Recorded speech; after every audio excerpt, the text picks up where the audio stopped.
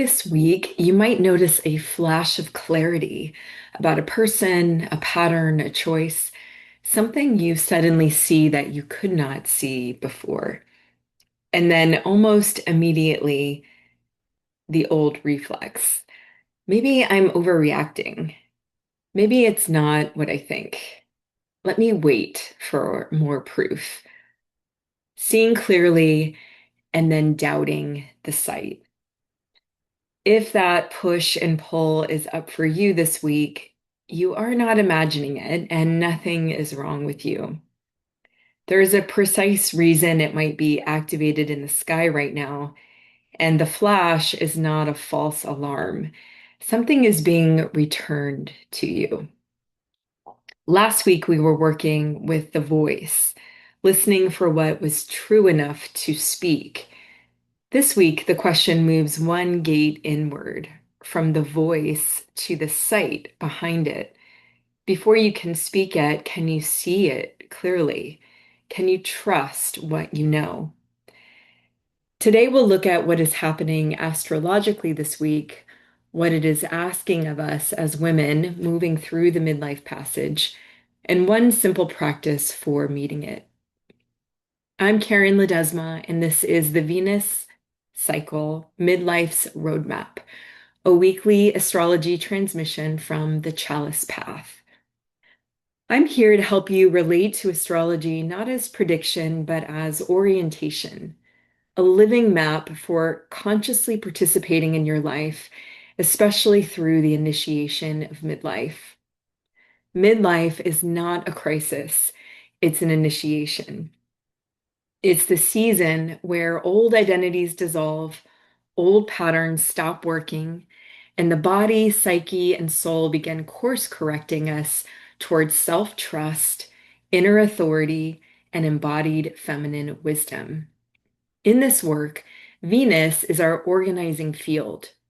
Her 19-month cycle of descent and ascent gives us a roadmap for tracking where we are being invited to release, reclaim, and embody as we become more fully ourselves. Each week we ask, what are we being invited to attune to, align with, refine, and allow? So let's look at the astrology of this week, July 13th through the 19th. Since February, we have been in the ascent phase of the Venus cycle. And this month, we move into the sixth gate, the gate of perception, clear seeing, inner knowing, the reclamation of our own sight. The theme here is I trust what I know, not because I am certain, not because everyone agrees with me, not because I can explain it perfectly, but because I am learning to stay with myself as I see. This is an important shift from the throat gate we have just moved through.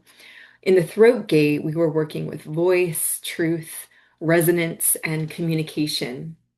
Now, at the gate of perception, the question becomes, before I speak it, can I perceive it clearly? Can I trust what I know? Can I meet reality and other people as they actually are? This week opens with the new moon in Cancer on July 14th.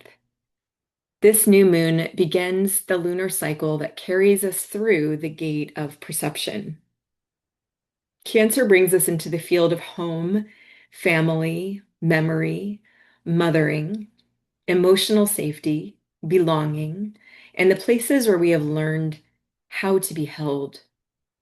And with Mercury retrograde in Cancer, conjunct this new moon, this is not only a fresh beginning, it is also a return to memory, a return to the roots, a return to the places where parts of us may have been abandoned, repressed, or left behind in order to belong.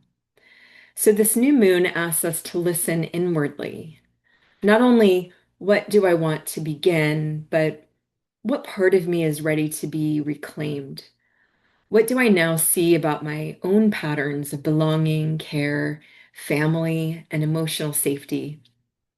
Where am I being invited to mother myself differently? And this matters because the gate of perception is not about bypassing the body or trying to become spiritually above our lives. It is about seeing clearly from within our lives, from the body, from the heart, from our lived experience, from the wisdom that has been tested.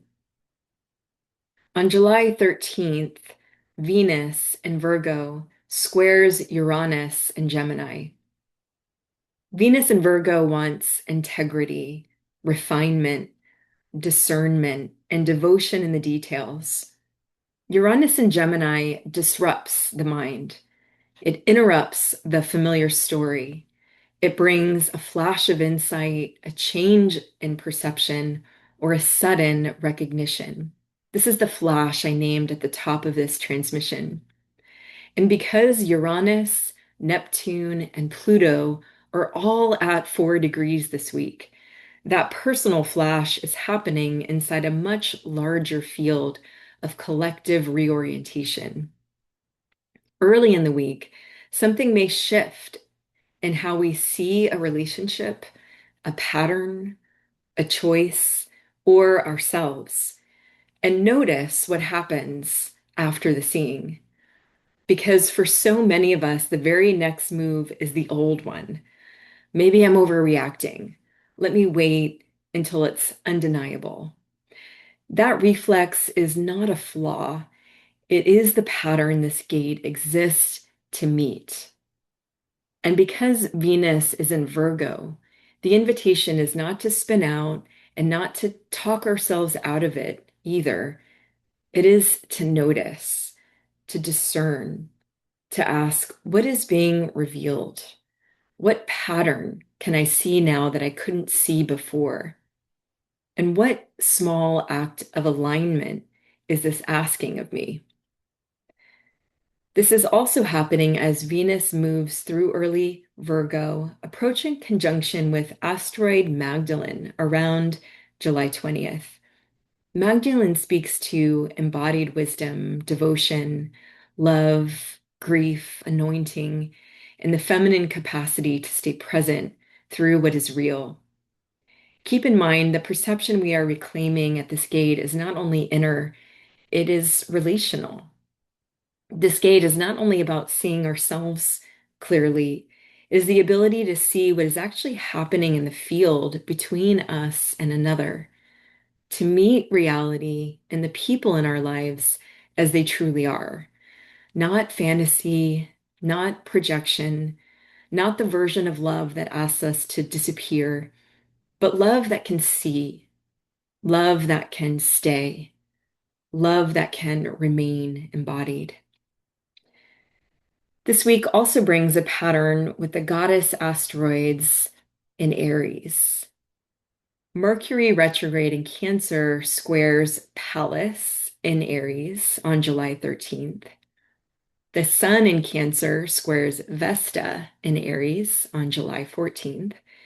And on July 18th, the Sun squares Eris in Aries. These are Aries Cancer squares. And so again, we feel the tension between care and selfhood, between belonging and our autonomy, between the family system and the individual will, between emotional safety and the courage to separate from what is no longer true. Pallas, Vesta, Inanna, and Eris each carry a different face of feminine intelligence, strategy, devotion, initiation, holy disruption. And recently, these goddess figures have been moving through Aries and meeting Saturn there. So they are not only asking for feeling, they are asking for maturity, embodiment, responsibility, a stronger container for feminine power. And they square the Sun and Mercury in Cancer. And the question becomes, can I honor the tenderness of Cancer without abandoning the fire of Aries? Can I care without losing myself?